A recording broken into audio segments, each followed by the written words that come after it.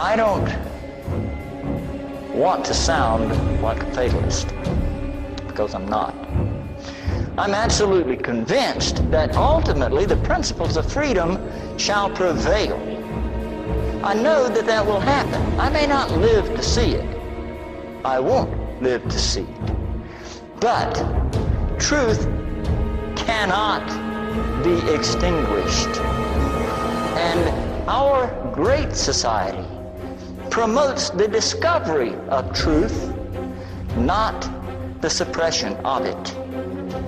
And those of you who are involved in the climate change issue know that it is the goal of the international community, those who believe in the Rousseau socialist philosophy of governance. It is their chief objective to suppress truth in order for the propaganda to prevail that supports their power. As you said, that strap in, like tighten your seatbelt. It's going to be crazy.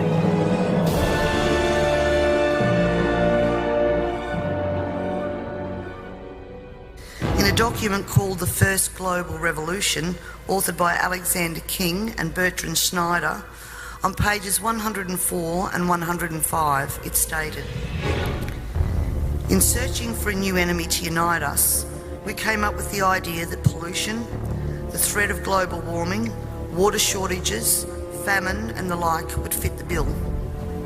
All these dangers, of course, will be caused by human intervention that will require a global response." That's the origin of global warming, ladies and gentlemen. Some people involved may actually have a pure heart and believe in it the way you do. Most do not. Those who want more government controls are never going to come out and say it. They've got to trick you into it. But the more you follow the usual suspects, the more you'll recognize their hallmarks, and the more you can ring the bell and protect your own community.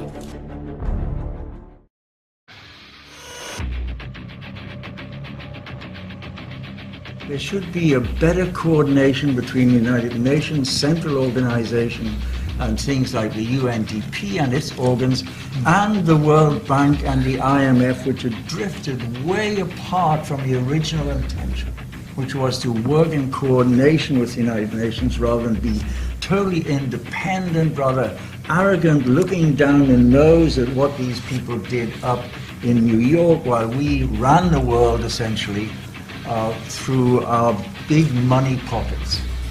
I just hope that in 5 to 10 years' time we will be at the bottom end of a political leadership trough at the moment. I'm hoping it will come up and we will get political leadership. But we need international structures of far greater power and authority and respect. That I have a pretty straightforward answer. It depends on whether Donald Trump is re-elected as US president next year or not. In a document called The First Global Revolution, authored by Alexander King and Bertrand Schneider, on pages 104 and 105, it stated, "In searching for a new enemy to unite us, we came up with the idea that pollution, the threat of global warming, water shortages, famine and the like would fit the bill. All these dangers, of course, will be caused by human intervention that will require a global response." That's the origin of global warming, ladies and gentlemen. Peter, what are we seeing on this wall? Well, you're seeing the history of much of the last 60 years in terms of technology and ideas that have had a huge impact in the world. Jay Forrester passed away last fall, and about 3 weeks ago we had a celebration here of his life. So this goes from the 1930s, in his early life, 40s. He was actually, if anybody could be called the inventor of the modern digital computer, Jay would be it. He led the team at MIT that built the first general-purpose digital computer. That's the stuff you see over here. How IBM got involved. IBM was their contractor. That's how IBM got into computation, into digital computers. Computers.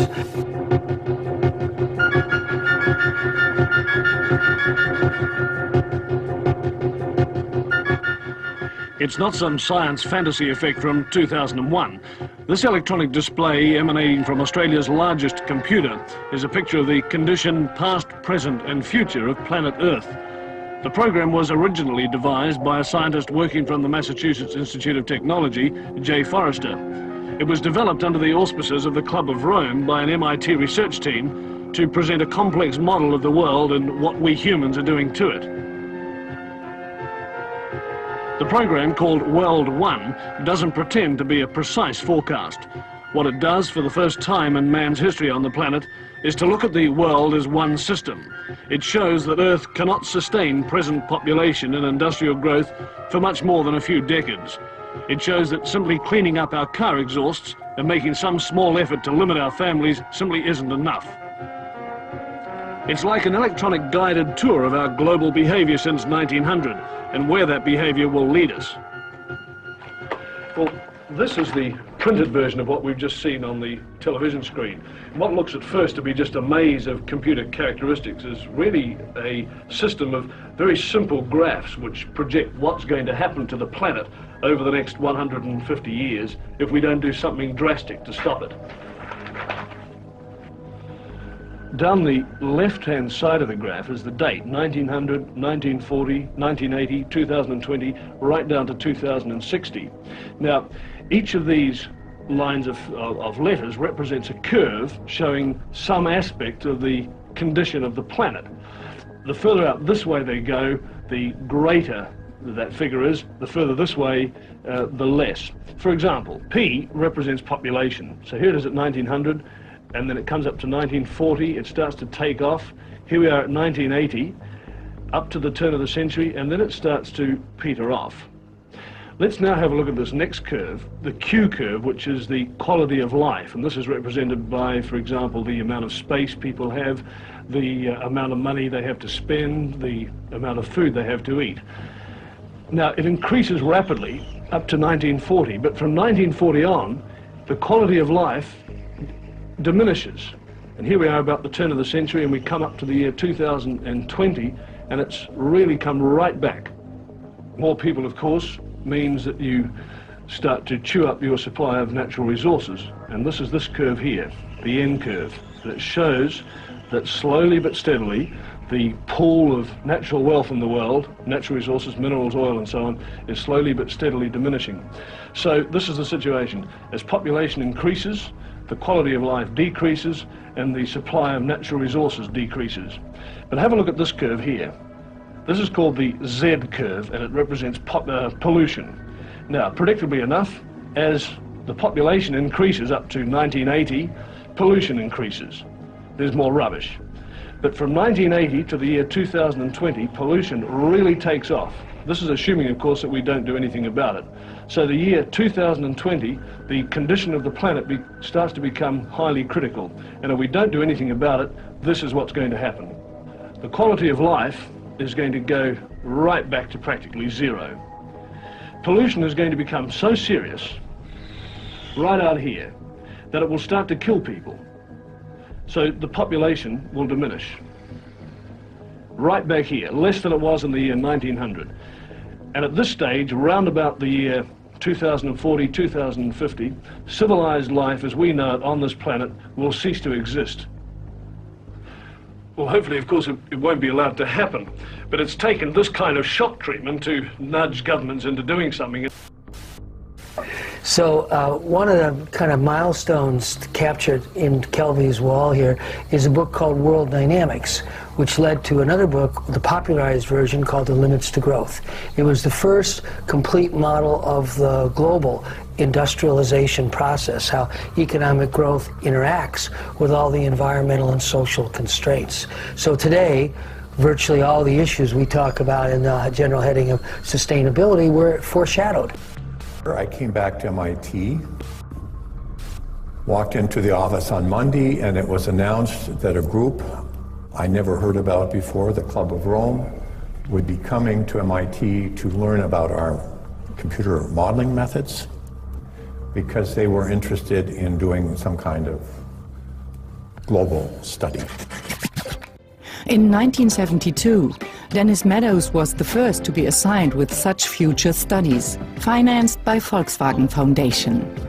Then I put together a team of 16 people, and we worked for almost 2 years and produced the work. Limits to Growth was not the goal of the project. The goal was a very big scientific report, and Limits was written as an afterthought. What we said is that exponential growth will take us to the limits very soon. Actually, if you look at our book, our 1972 book, although we showed many different scenarios, all of them show that growth stops sometime in the period of 2020 to, let's say, 2060. So soon. This little sketch here is the first world dynamics model that Jay sketched out sitting in an airplane seat flying back from Germany, where the Volkswagen Foundation had hosted the first gathering of what became the Club of Rome. The Club of Rome, which still exists, was the sponsor of the Limits to Growth project. Jay sketched out the model, the system dynamics model, the airplane flight back, and about 2 or 3 months later he had a simulated model, and about 2 or 3 months after that, a book. That was kind of midway in Jay's career, and the right half of this really chases out the second half, the last 40 years. Jay lived to be 98 years old, where a lot of us got involved. So a lot of the sustainability issues, the seeds were planted back here with the Limits to Growth, but then on the right side of the wall, you see the work on climate change, you see the work on education. We'll talk maybe a little later about the Global Sustainable Food Laboratory, this whole unfolding that kind of occurred as a consequence of the kind of seeds Jay had planted. It's quite remarkable. The Club of Rome has been described as a crisis think tank, which specialises in crisis creation. The main purpose of this think tank was to formulate a crisis that would unite the world and condition us to the idea of global solutions to local problems. You know, again, it's easy to criticize, but if you think we're trying to invent something that's never existed, which is, you might say, a commons-based, socially oriented and sensitive governance structures that can function globally as well as locally, and how to create a new harmonious ecosystem between the local and the global. You disturb the system over the threshold of the so-called tipping points. At the end of the century, we will have about 2 billion people living on Earth. Food production is, of course, what we're really going to suffer from, rather than 9 billion, which is the usual number used in demographics around the world. We will lose soil, erosion, desertification, and we won't have to phosphate to feed 9 billion people. So it will be far less. Far less. More than 11,000 scientists signed a petition calling for population control as a means of combating climate change. In an article published Tuesday in the journal Bioscience, the scientists wrote that planet Earth is, quote, facing a climate emergency. They argued that population control was a necessary response to this emergency, writing, quote, the world population must be stabilized and ideally gradually reduced. This ideology is dangerous because it suggests that reducing the human population is the best solution to our problems. But the petition presents no facts or data to support its claim that the human population is the cause of shrinking ice caps, rising ocean levels, and an increase in the average global surface temperature. And it doesn't show any data to prove that reducing human population could help the planet. That's just bad science. And who gets to decide which populations are controlled? The UN? Individual countries? Global intellectual elites? Elite? The myth of overpopulation originated in England in 1798, when a vicar named Thomas Malthus, who fancied himself something of a mathematician, saw that food production increased incrementally, but people reproduced exponentially. He sat down and did some simple math, and summarily decided that the world would be out of food by 1890. He blamed reduced mortality rates, and recommended killing off the have-nots of society, lest the haves starve to death. This cry was taken up by Paul Ehrlich of Stanford University in 1968, who claimed that reckless human reproduction had overwhelmed the Earth. Massive famines would result, which would destroy, best case scenario, 1/5 of humanity by the end of the 70s. And the planet would follow. This fear produced large donations for the newly created UNFPA, which thrives on an imagined crisis that has been both imminent and rescheduled again and again over the past 2 centuries. The truth of the matter is that every family on this planet could have a house with a yard and all live together on a landmass the size of Texas, which is really just a small corner of the planet. The population of Earth will peak in 30 years and then start to go back down. We're not overpopulated. Do the math. For years, there's been a push to shove birth control and abortion down the throats of women in developing countries who don't want either, by the way. We don't get to pick who is desirable or useful enough to reproduce and who should be restricted in the name of the global common good. That's called eugenics, and it can lead down a slippery slope to things like ethnic cleansing and genocide. Genocide. This is the new hockey stick, and the skyrocketing of the purple line tells us that the parallelity between CO2 concentration and temperature is an automatism. How did we get to focus on CO2 as being this tipping point, the culprit? Because it's something we do ourselves. That's what makes it special. It is human activity. The fact is that CO2 is so beneficial in other ways. It would be crazy to try to reduce it. We have to develop a completely different energy system around the world. We have to get rid of carbon as soon as possible. And the challenge is to invest, to research, and to develop, and to educate the world in that direction. Global warming is merely the latest environmental scare with the exact same solutions going back 50 years. In other words, it doesn't really matter what the science of global warming. They actually have quotes. Their main figures say that. The EU Climate Commissioner said, even if we're wrong on the science, we're doing the right thing by policy. What is that policy? The UN climate chief explicitly stated, and I interviewed her on this, we seek a centralized transformation that will make life on planet Earth very different for everyone. That's the UN climate chief's explicit goal. Her assistant, a guy named Edenhofer, actually said, we will redistribute wealth by climate policy. This is not even about environmental policy anymore. They're openly talking about it. They talk about global governance. We gradually grow in understanding. Mark my words, we do. But of course, the resistance also grows. And there is a very strange phenomenon, which is that for every so-called scientific fact, we need another opinion. Why do we need that? Because the media demand so. We've got to remember we have to be faithful as scientists. In a lot of cases, people have written that it's okay that the end justifies the means. We can make up these scary scenarios so people will listen to us, people will act. I don't think that's moral. I think we have to tell the truth as scientists. If you want to be an activist, take off your scientist hat, then make a statement as a public servant. That's no problem at all. But you cannot divorce the truth from the debate. That is the important component. But we should be arguing about the right things, not is there or is there not climate change. Is what's the deliberate impact of this change or this change or this change, knowing that we need to decarbonize our economies. And that we're a sense of working on it together around the world. I think this particular decade, the one critical thing that I feel could really happen is we start to feel we're in it together. We have 12 years to radically transform our economy and our society to stop this crisis and protect human civilization as we know it. This is about humanity. That's why we demand a new Green Deal, and we demand it right now. People will vote if there is something worth voting for. And a Green New Deal is exactly what that is.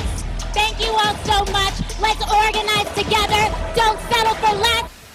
They don't want to argue on the merits their policies. In other words, the Green New Deal, they just admitted, AOC's chief of staff said this was never about the climate. This was a increase the government kind of thing, a change the whole economy type of thing. Her former chief of staff, campaign manager, actually said a similar thing, that this was actually not about the climate. They're openly admitting that. They don't want to argue their points on the merit instead, so they use subterfuge. We only have 12 years left. We're facing a climate emergency as cities and colleges are now comically declaring that across the world. So they don't have to deal with that. That's how global warming becomes part of the agenda tool for the regulatory state. They've introduced through the Democratic Party and a lady called Alexandria Ocasio-Cortez, who's kind of the progressive poster girl at the moment, something called the Green New Deal. And the Green New Deal is basically what I'm talking about. It's the centralization of power to save the world. Now, once you centralize power, and this is what Marxism does, this is what fascism does, which are basically expressions of the same thing if we really look at them. Once you centralize power, you are creating a very simple situation. You are giving control over the vast majority to a tiny few. And you are hoping that they're benevolent, you're hoping that they will use that power wisely. History tells us they never do. Once you have centralization of power, you have abuse of power. And what we've been looking at through human history is the incessant centralization of power. We were in tribes once, loads of tribes were brought together under nations. Now they're bringing loads of nations together under the European Union. And now they're talking about wanting a world government, which is what I predicted they would want 30 years ago. And we're in a situation now where globalization is the total expression of what I'm talking about, where the number of people who hold the real center of power in the world, never mind Britain, is tiny. Is tiny. Assuming we actually faced a climate emergency, we would all be doomed if we had to rely on the EPA and the United Nations or the Green New Deal to save us. So it's a way to transform the economy, massive wealth redistribution, massive central planning, with literally beam counters affecting every aspect of your life. And this is the result, Madam Acting Deputy President, of federal agreements with UN treaties, protocols, declarations, agreements, such as the 1975 Lima Declaration. And then we had in 1992 the UN's Rio Declaration for 21st Century Global Governance. Then we had the 1996 UN Kyoto Agreement, which I've discussed, which led to the theft of property rights. Then we have the 2015 UN Paris Agreement. That was not an agreement, just an agreement for every nation to do what they wanted to do. This is a massive movement, and its real intentions are being masked with environmental issues. The bad news is this structure was set up by those who want to establish a global government system. They've set this structure up years ago. This is why I keep saying to you, you don't have any idea how far behind we really are. Far behind. Yeah, I think the first real awakening is like what we always say when people play the climate simulation. The Sea Roads climate interactive simulation. If you really watch how that works, you come to one overarching conclusion. One, we got to get going, and however fast we're going, we got to go faster. Faster. But two, it's about everybody. You know, it is ultimately about the underdeveloped world, because if they stay on the same path as the developed world, in 30 years, they start to become significant emitters. Morality is improving the lives of people. That means inexpensive and ready access to food, to energy. From that perspective, the policies proposed are the essence of immorality. And I find it truly bizarre. Here's somebody who's distorting science, following the path of fascists in the past, who is proposing policies that will be harmful for millions of people. And he assumes he has the moral high ground, and the people who are opposing this don't seem to recognize they hold the moral high ground. I predict, and this is my sincere prediction, that 10 years from now, certainly 20 years from now, people will look back on this and they'll say, what the hell was going on? What got into these people? Why did the world turn crazy about global warming? It's a non-problem. It's fiction. Environmental groups have effectively created a public image as organizations caring for helpless species and protecting environments. This has allowed them to implement an agenda in America that, if fully exposed, would be opposed by the majority of the people. In fact, most people supporting these organizations are not aware of their long-term objective, even though it is no secret. I'd now like to quote from the UN Agenda 21 book that is driving this. Maurice Strong, the Secretary General of the United Nations Conference on Environment and Development, he said, quote, in the preface, in the foreword to this instruction, "There is much to be done, and I look to the new United Nations Commission on Sustainable Development to be the focal point for the massive effort needed to create the new era of international cooperation for the new global partnership that will make this shift possible." So we're talking here about a global governance from the UN. Agenda 21 stands as a comprehensive, this is the UN's words, Agenda 21 stands as a comprehensive blueprint for action to be taken globally from now into the 21st century by governments, United Nations organizations, development agencies, non-governmental organizations and independent sector groups in every area in which human activity impacts on the environment. And that means every area of human livelihood, human existence. The agenda, it goes on to say, the agenda should be studied in conjunction with both the Rio Declaration, which provides a context for its specific proposals, and the Statement of Forest Principles, which is embraced by the UN. It is hoped that the Forest Principles will form the basis for a future international level agreement. The United Nations and Maurice Strong, who was the head of that entity at that time, that particular part of the UN, has admitted to pushing for an unelected socialist global governance. In September 2015, all 193 UN member states adopted the 2030 Agenda for Sustainable Development. They recognize that ending poverty calls for transforming our world through strategies that build economic growth, address social needs, and ensure environmental protection. To achieve this vision, 17 Sustainable Development Goals, known as SDGs, were defined as part of the 2030 Agenda. The SDGs and their targets balance the three dimensions of sustainable development: economic, social, and environmental, working in partnerships and calling for action by all countries. The goals are integrated and indivisible.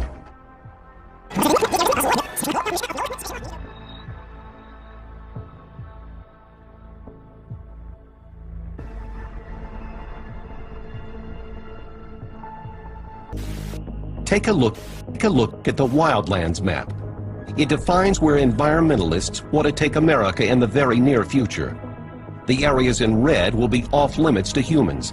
The areas in yellow represent buffer zones, where limited use is allowed primarily to travel to and from populated areas. The areas in green are where normal use by humans will be allowed. However, by the environmentalists' own admission, these normal use areas would be restricted. When this plan was first published in 1992, the author, Reed Noss, explained how their agenda would affect the human population. He stated, eventually a wilderness network would dominate a region and thus would itself constitute the matrix, with human habitations being the islands.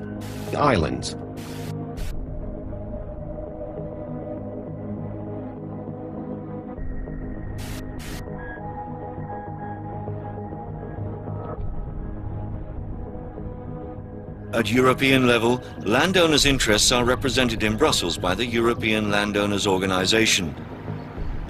Restoring biodiversity is one of the group's concerns.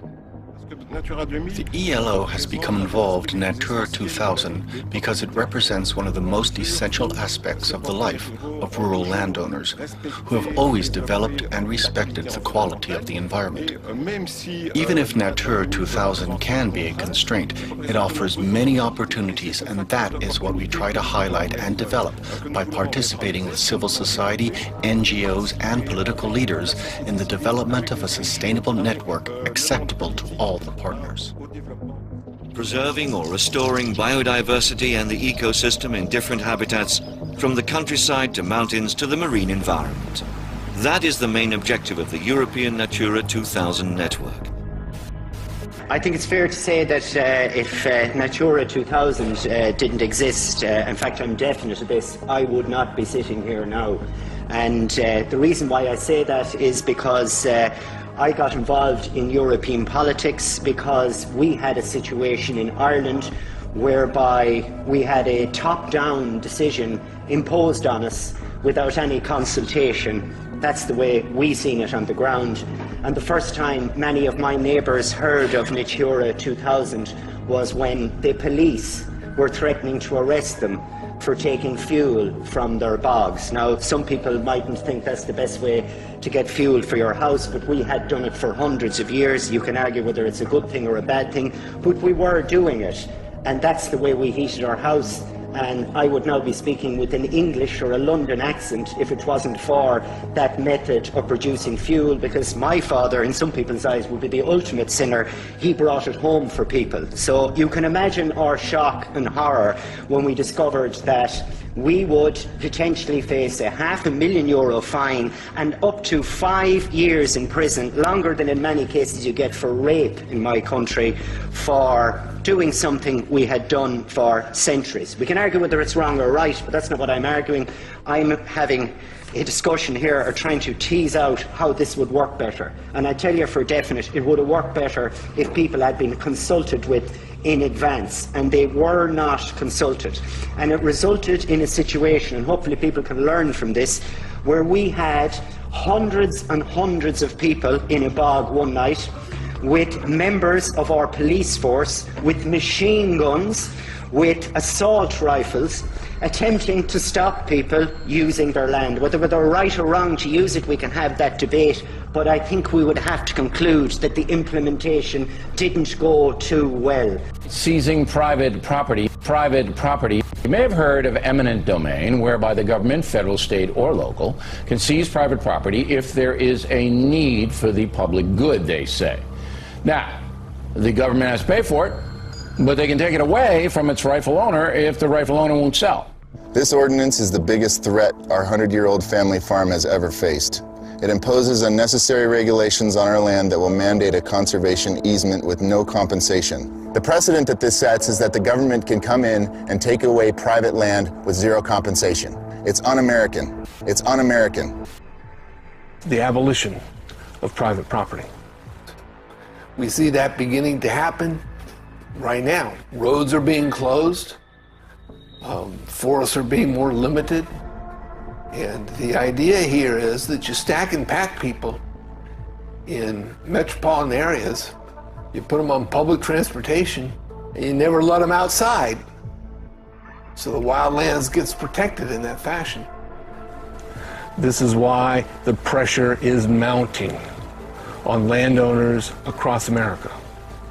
Soon that battle is going to shift into suburban neighborhoods, and the battle for the resettlement of our suburban neighborhoods will begin. Agenda 21 will not stop its process until all the world is collectivized.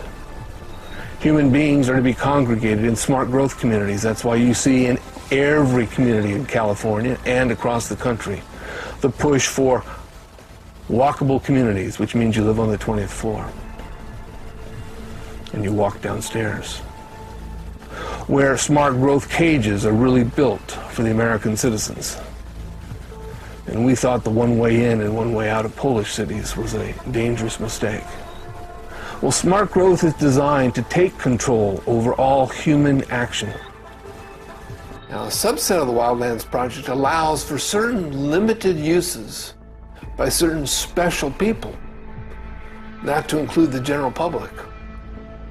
But in general, the wildlands, as opposed to the smart growth proposals, which have to do with metropolitan development, the Wildlands Project is the idea to suck all the people into these metropolitan areas and to leave the wildlands free for the animals to roam. South San Jose is a good example of what's become, or is becoming, a wildlands project. South San Jose is called the Coyote Valley, and gee, some coyotes like to cross that valley, and some other animals as well. And so that's off limits to development. And we're seeing that kind of activity happening everywhere across this country. And it's only going to get a lot more profound as time moves along. Wildlands Project is a massive undertaking. Take rural lands and put it off limits to human beings. World government is the program behind the Democrat Party and Republican Party sponsored Agenda 21 program. Your local politicians are paid by parties who support the globalization, including the destruction of America. Because the programs of sustainable development have been in process for a lot longer than simply since 1992. But the acceleration since then has been overwhelming. Anybody here heard about Agenda 21? Well, some. You need to all know about it. It's a code phrase.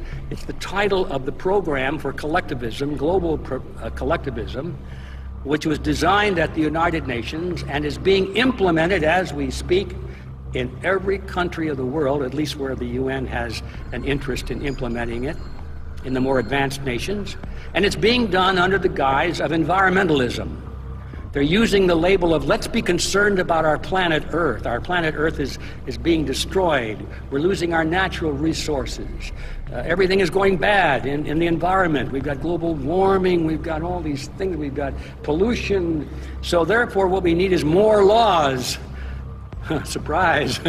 More laws, and especially at the international level, to regulate and control these things and take away the personal freedoms that you and I have over our own property, because we need to do it for the greater good of the greater number. We need to do it to save the world. And it's being coordinated at the United Nations. No one, not even the longtime opponents of the environmental movement, believed such a transforming agenda was possible. However, it is being implemented quickly through innocent-sounding programs that most Americans support. Wilderness areas, critical habitat for endangered species, wetlands, roadless areas, national heritage areas, and other restrictive programs are sold to the public as necessary to protect nature, or as assurance that Americans will always have a place to escape from the heavily populated cities. More inventive tools and programs, such as conservation easements, smart growth, open space, and greenlining, are being promoted as a way to control growth. What all these programs have in common is extinguishing the private property rights of American citizens and transferring the control of the property to elite land trusts or directly to the government. It will not take the 80 to 100 years they originally projected to complete their task. They are much closer to achieving their goal than anyone realizes.